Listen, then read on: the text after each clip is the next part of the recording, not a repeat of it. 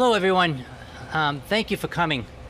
My name is John Woods. I'm the Executive Director of the Allston-Brighton CDC, and we're very excited to take a few moments here and acknowledge the acquisition of this licensed lodging house known as 6 Quint Avenue that will eventually become a home, a supportive home for individuals going through the recovery process. We're at the very beginning of this process. I think we'll probably gather again in mid-2022 to have you walk through the finished product, which we think about $2.5 million worth of repairs are going to be underway. But we did want to take this quick moment to acknowledge that this happened because of a partnership, local partnership within the community that can do some amazing things when we all get together, and that's exactly what happened here. So we got a great group of folks that will come up and tell you what they do and how they fit into this exciting project that will eventually provide some much-needed housing for people sort of graduating through that recovery process. So obviously the people that you'll see today are just the tip of an iceberg. It takes so many people to do good things, and we're fortunate that Allston-Brighton has those numbers of people. I'm very excited that I have the opportunity to welcome Mayor Kim Janey, who will start us off with some remarks. We're happy to provide the mayor with a pleasant opportunity to come by the neighborhood. And we want to express our deep gratitude and for all the support that your administration has given us, as well as the team that is working for you. So I hand the podium off to you. Thank you, Mayor.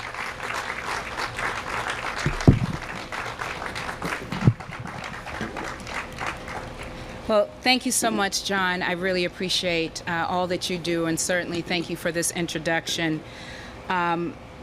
You know, it is a pleasure to be here. For folks who don't know, my name is Kim Janey, and I have the honor of serving as mayor of this great city, and I couldn't be more pleased to be with you this evening. And I want to thank the Allston-Brighton CDC for inviting me, so thank you so much. I also want to acknowledge some of the elected officials that are here. As folks know, we are joined by State Senator Will Brownsberger. Thank you so much for your leadership and your partnership. We also have Councilor Liz Braden here. Thank you so much for your leadership and your passion and your commitment to this community.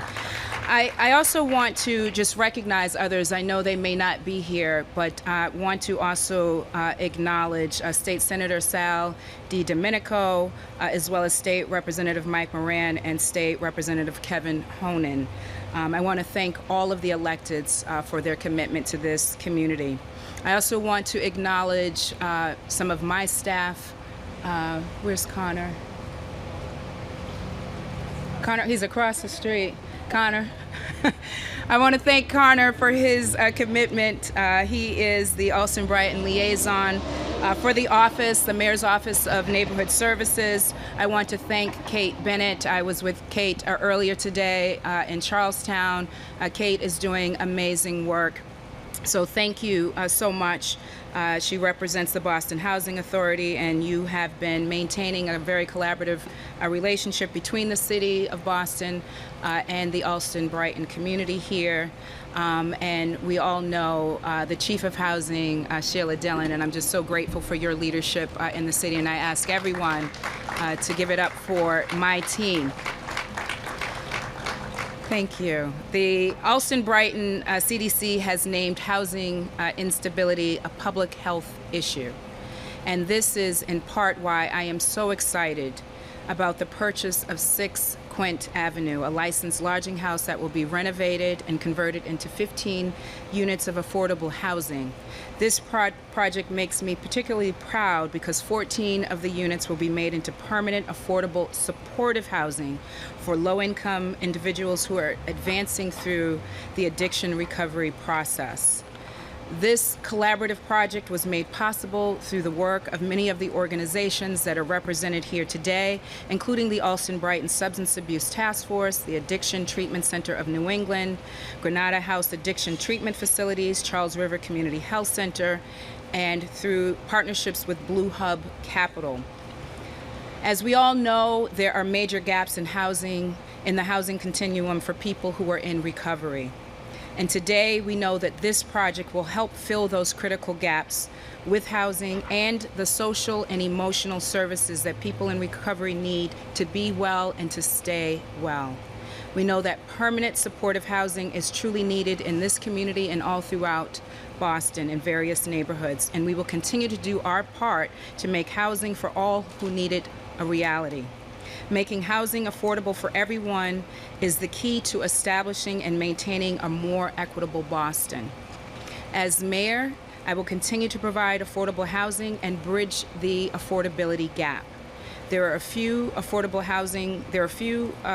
housing opportunities for people who want to work on recovering from substance abuse or substance use in an independent setting with stable, affordable housing arrangements. And these units here offer an opportunity for these individuals to focus on recovery, knowing that their housing will be stable. Be careful here. The purchase of 6 Quint Avenue was made possible in part with $2 million in funding from the Department of Neighborhood Development and the Community Preservation Act. And I want to thank Sheila again for her leadership in this particular project and all that she does for the city of Boston to make housing affordable to the residents of our city. Additionally, funding in the amount of $600,000 came from the Davis Company and $2 million from the Mass Department of Housing and Community Development. We are so grateful for all of the monetary support given to this project. And I'm very proud that together with all of our partners right here, that the City of Boston is helping to create affordable housing for people who are working hard to overcome substantial hardships in their lives. And we are here to be a support. And the days and weeks and months and years ahead, I'd like to make it possible to identify more publicly owned parcels and buildings in the city that will be suitable for development for affordable housing. Let's continue to work together to make this a reality, not just here in Allston-Brighton, but throughout our entire city. Thank you all.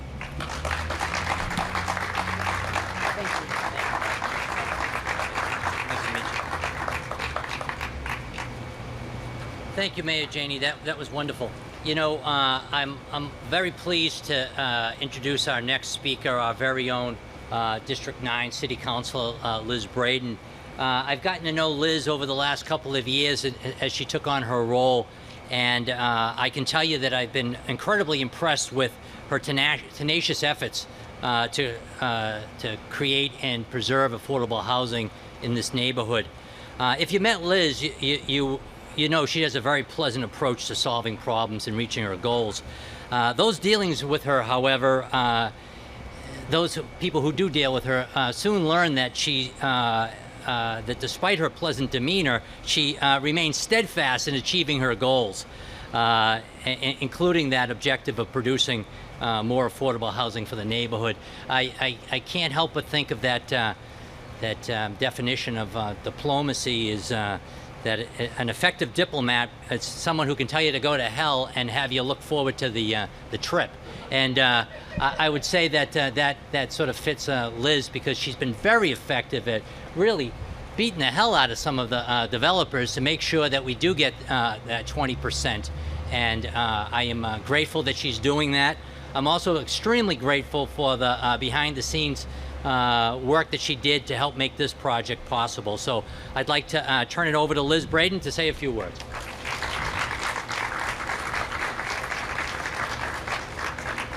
That's probably the best introduction I've ever had in my life.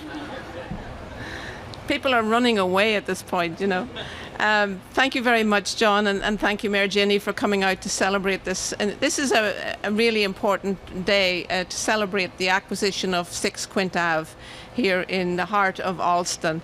And I have to say that a project like this comes to fruition through teamwork and community collaboration. And I think when it comes to that type of work and collaboration, we're pretty good at that here in Allston-Brighton.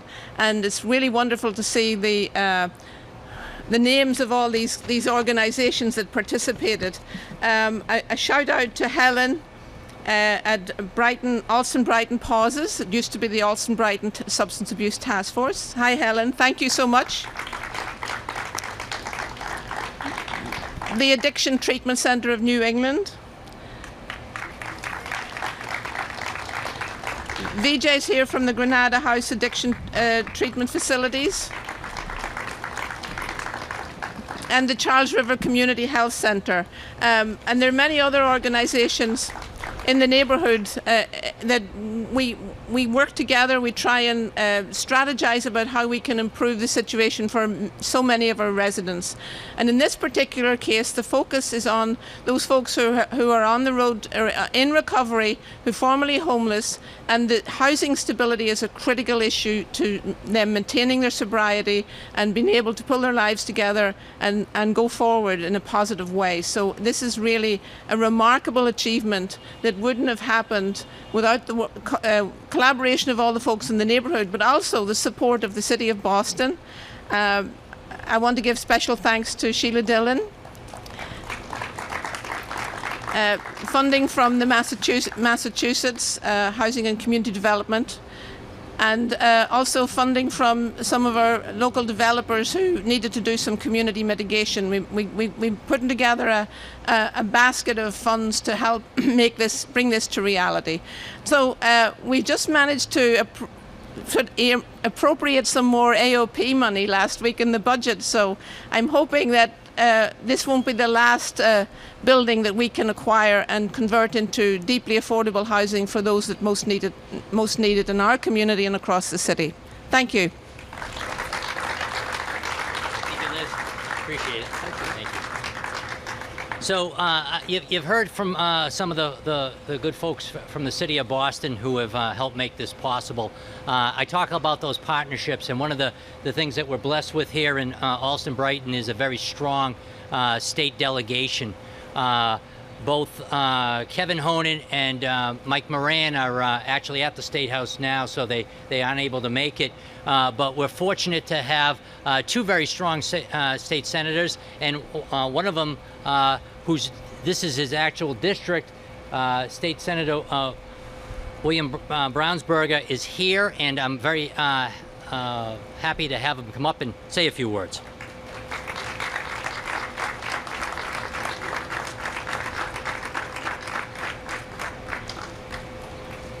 One of our top priorities at the state level, and we talk a lot about this, is the challenge.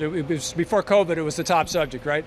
Is the issue of opiate addiction, the issue of recovery, and it means so much to so many people across the state. Families who have lost loved ones, and of course, so many people who themselves are struggling with addiction.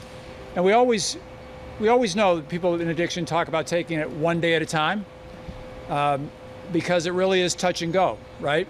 Am I going to make it through the day without changing my mind and going in the wrong direction? And the challenge for people with addictions is to create around themselves a structure that's going to support them and keep them, hold their lives together. And housing is without housing, without a stable place to live, in which one can set up one's routines, build one's life, it's very, very hard to stay on the path to recovery. So this kind of affordable housing is very difficult to site and to build, and so I just want to say how grateful I am to first of all, I don't know that anybody's said it yet, to the CDC itself for putting this thing together. It's a matter of putting together a whole lot of pieces, and the CDC has done that. And the mayor, without the mayor's leadership, without the mayor's support, none of this happens. So we're extremely grateful to you, Mayor Janey, for your leadership and support of this critical priority for the recovery community. And there are so many others to thank, and they've already been thanked, so I won't repeat all those thanks. But what I just want to highlight is that this is a thing where people came together. people came together under the leadership of the CDC to do something difficult. So we're grateful to all of them. Thank you again, Mayor. Thank you again, CDC. Thank you again to all.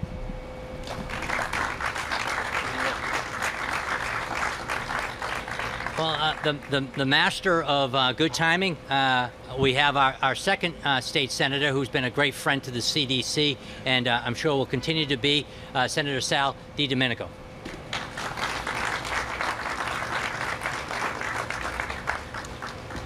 Thank you, everyone. And it's so great to go up to my friend, Senator Brownsburg. He said it all, so I can just say ditto. But no, this is great to be here with all of you tonight. This is such an important and critical project for this neighborhood. And I want to stress and reiterate what Senator Brownsburg mentioned as well. This does not happen in a vacuum. This doesn't happen by accident. There are so many people that have worked very, very hard and collaboratively to make this a possibility in this neighborhood. And I want to thank, the Allston-Brighton CDC, because they saw that there's a critical need for this in this part of our community. And they reached out to partners in Allston-Brighton and beyond to make sure this became a reality for this community. I want to thank the Mayor, Mayor Janey as well, and my colleagues on the City Council and in the State Senate. This is really a special day, and I can't wait to come back and be here for the official opening when we see residents coming in here and taking advantage of the great services that are going to be provided here for so many people that really need these services. And I want to stress this one thing as well, is that, at the State House, we spend a lot of resources on a lot of different issues that we see as priorities for our communities. But it takes people on the ground to take those funds, and make them into something that's going to help our community and understand what the community needs and understands how to put those resources to good work to help people in the community. And the Allston-Brighton CDC has been a leader on doing that, with all of the many collaborators in this community doing just that for so many years. So thank you very much for having me. This is a great day for our neighborhood. Thank you very much.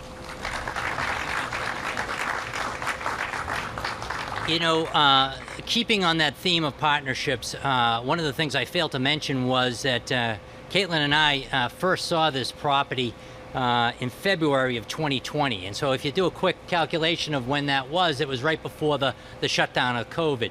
So the transaction, the actual acquisition of this property from the previous owner was a bit of a bear, and it required some very special type of lender to help us make it work.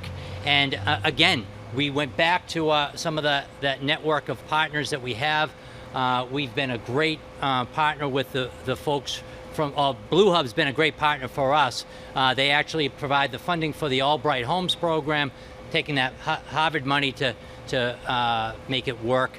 So the first people that we reached out to were the folks at BlueHub. And once again, they did not fail us. They came in, despite a lot of very strange things happening, they made it work.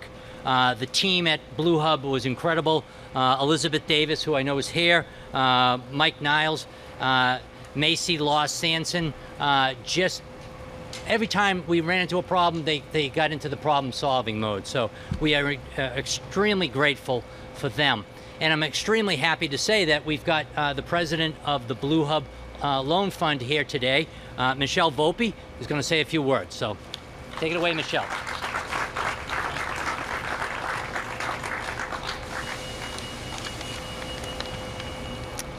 Hello, everyone. BlueHub Capital was founded in 1985 as a revolving loan fund to support the health of low-income individuals and communities. In our early days, we focused narrowly on creating and preserving affordable housing in Boston neighborhoods. Today, we lend about $100 million annually and have loans outstanding in 22 states. Allston-Brighton CDC was one of our earliest partners, and this relationship is one of our deepest. Our first loan to Allston-Brighton was in 1987, and we've financed 9 of their projects very proudly. This deep relationship between BlueHub and Allston-Brighton CDC, and the strong relationships both organizations have with our partners at the city and the state, allowed us to say yes when John Woods called us to discuss 100% financing to purchase this gorgeous lodging house. BlueHub exists to fill the tricky financing gaps on projects with the potential for impact like that of 6 Quint Ave, creating 14 new permanent affordable housing units with built-in supports for individuals advancing through the addiction recovery process. In this case, BlueHub's acquisition loan helped Allston-Brighton CDC act quickly to purchase the property before all of the many public and private funding sources could be secured. We are here today celebrating this exciting project because of the extraordinary community development ecosystem that we have built together in Boston over many decades. This Allston-Brighton community is active, engaged, and organized. Allston-Brighton is rooted in its community, is a strong institution, and has the expertise to execute complex affordable housing projects. BlueHub Capital has developed into a stable, well-resourced nonprofit that can bring flexible, impact-focused capital to neighborhoods, organizations, and projects like this. We are truly lucky to have partners at the city and state who are nimble, creative, and dogged about delivering public resources to projects that address critical community needs. Thank you to the elected officials here today who've prioritized local and state funding for this project and many others like it. Your advocacy is making an impact. Finally, congratulations to the members of my team at BlueHub, Elizabeth Davis, Mike Nillis, Macy Law-Sanson, who took the time to understand why saying yes to this loan made sense, and then did all the hard work of getting that loan underwritten, approved, closed, and funded. Particular congratulations to John Woods and Caitlin Robillard, along with the rest of the team at Allston-Brighton CDC, for their vision and their expertise. We are extremely proud to be part of this project and to be part of the broader ecosystem that supports this project. Projects like this are so badly and urgently needed in Boston, across the Commonwealth, and throughout the nation. So thank you all.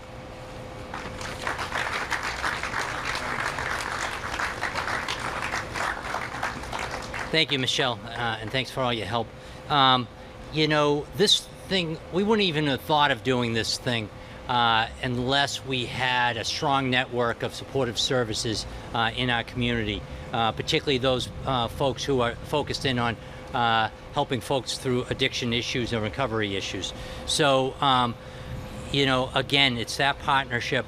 And I'm going to ask the next speaker, Helen Connolly, to come up and talk a little bit about what that network does. Again, as it was mentioned, they recently kind of messed me up by changing the name, but it is still a very powerful group of folks here in Allston-Brighton who have said, hey, we got a problem, let's see what we can do to fix it. So, Helen, could you say a few words? Thank you, John, and congratulations. So this is a great day. As John mentioned, and welcome Mayor Janey and elected officials. I'm the director of Allston-Brighton Pauses, which is formerly Allston-Brighton Substance Abuse Task Force. We recently changed our name because the word abuse is stigmatizing. And we want to, you know, embrace the disease of addiction with the latest, most pertinent, resources and people and language that we can use so that people feel invited in. And, you know, we did surveys. We had Boston University help us. And, you know, people definitely affirmed that the word abuse had to go. So it was great. So our new name is Allston-Brighton Pauses, and that means prevention, awareness, understanding substances with education and support. I hope I never have to go through that again. I memorized it all the way over. And we will be putting out some literature and emails and MailChimps and everything so you can see our new logo and celebrate our new name. And we'd like you to start doing it right away because we want to get rid of the abuse. And so we did that. And so we feel like that's one great step towards, you know, making a positive change in this environment. I tend to talk a lot, so I'm not going to. I do want to just, I guess, reiterate what everybody else has already pretty much touched upon, and that is that housing is essential.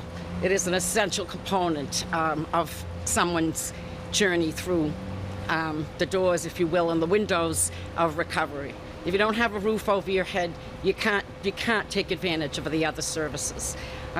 We have a great community here in Allston-Brighton. You know, we have the continuum. So we have prevention, treatment, recovery, and now more recovery. And I think that's really a great cause to celebrate today. And that's all I'm going to say. I got to go because there's someone else. But thank you. Thanks, Helen, and I appreciate that. Again, as part of this this network, we're again very fortunate here in Allston-Brighton to have some real quality organizations trying to tackle this problem. And my next speaker is one of those folks that heads it up, Matt Donlan from the Addiction Treatment Center of New England.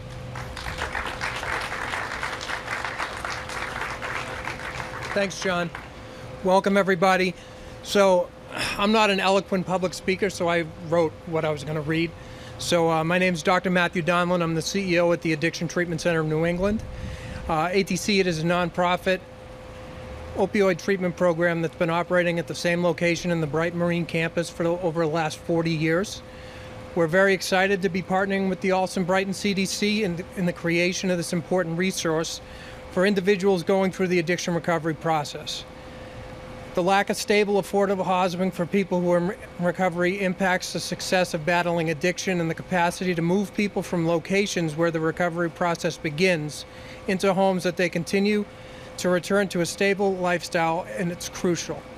ATC&E is looking forward to helping place a qualified counselor at this site and to offer services for those moving into this new housing resource.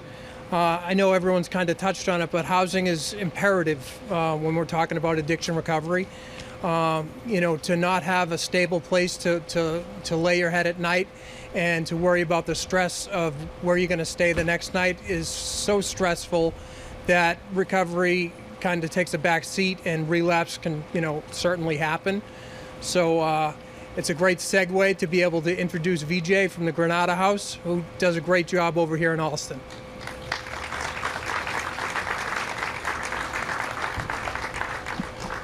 So thank you very much, everyone. Granada House is, again, like Matt's institution, we've been here for the last 40 years. We were in Brighton Marine before, and then we were kicked out of that, and now we are at Adamson Street. So we have a house with residents who are there for 3 to 6 months. Then we have a 3-quarter house where all the graduated ones, they go over there to that house. The house that we have right now is a co-ed, so it's a male and female in early recovery together. So you can imagine how much drama that we deal with every single day. It's you can write a book about that. So now we are looking into separating males and females. So I'm going to be using the 3-quarter house that we have for female-only residences over there, so we can focus specifically on their issues. And what that means, that I'm losing the transitional housing, the next step for our residents.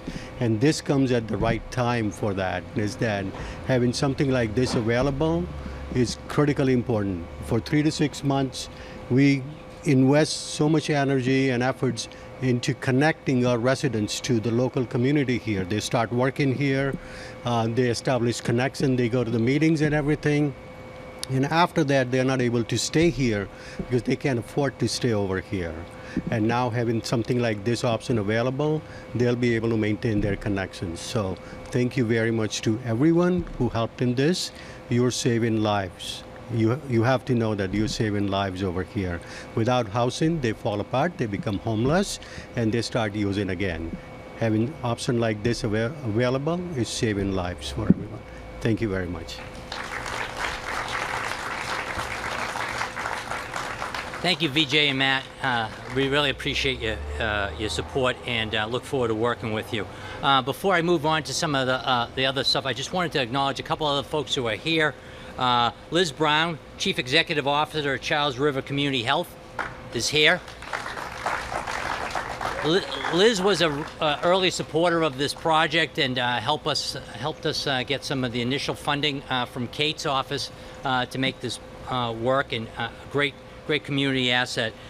We're also happy to have Paul Smith from St. Elizabeth's Medical Center here. Thank you, Paul, for coming.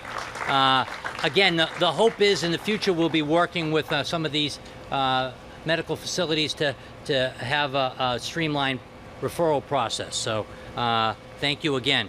I'd like to introduce one of our active board members who not only is a real estate agent but owns property locally and is also a father. So he's a very busy guy, but he's always been able to carve off some time to work for the CDC, which is typical of the folks that we've had for the last 40 years who have given selflessly of their time. So without further ado, I'd like to introduce Michael Helsmoortel.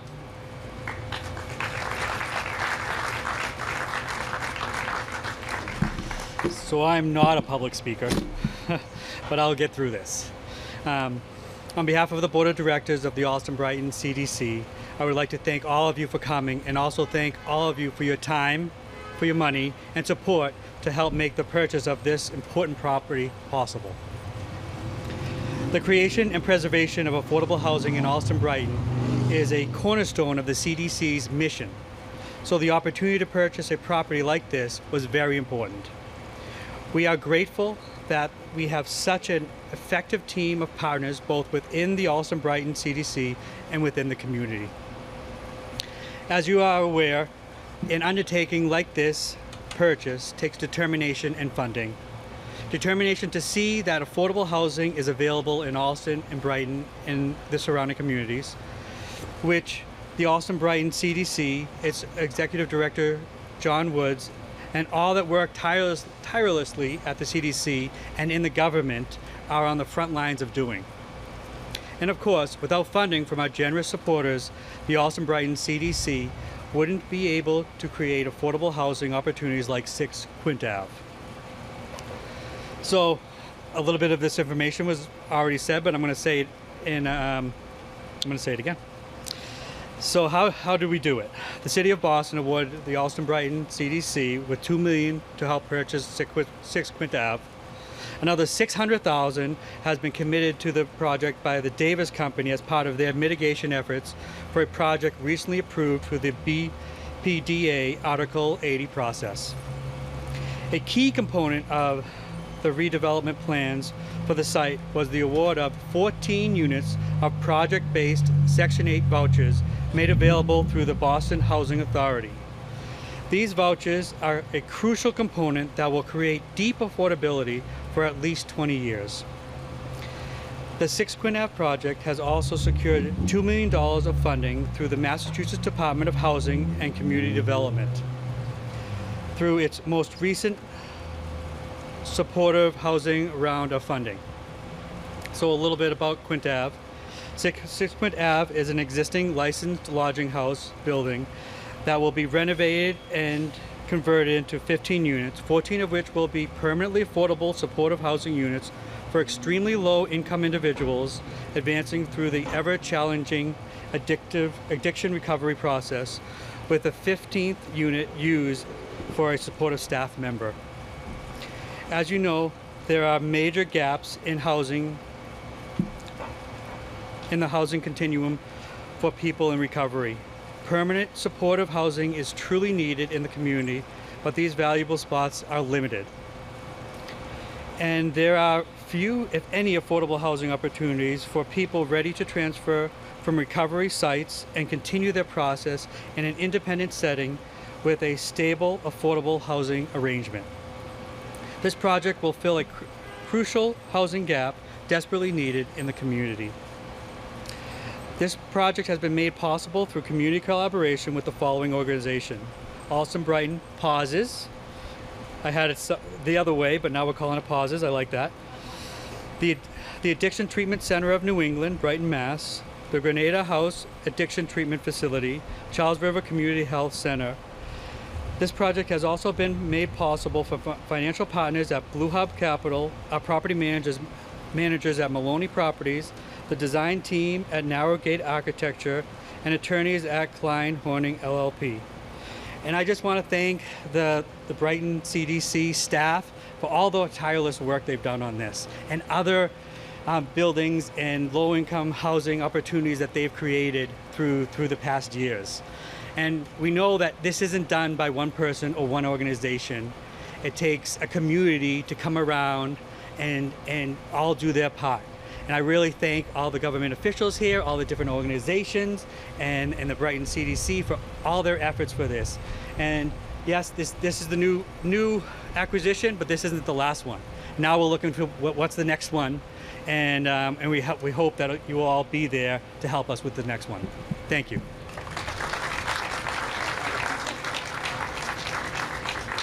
Thanks a lot, Michael. I also want to quickly acknowledge another board member who just showed up, Brighton Lou.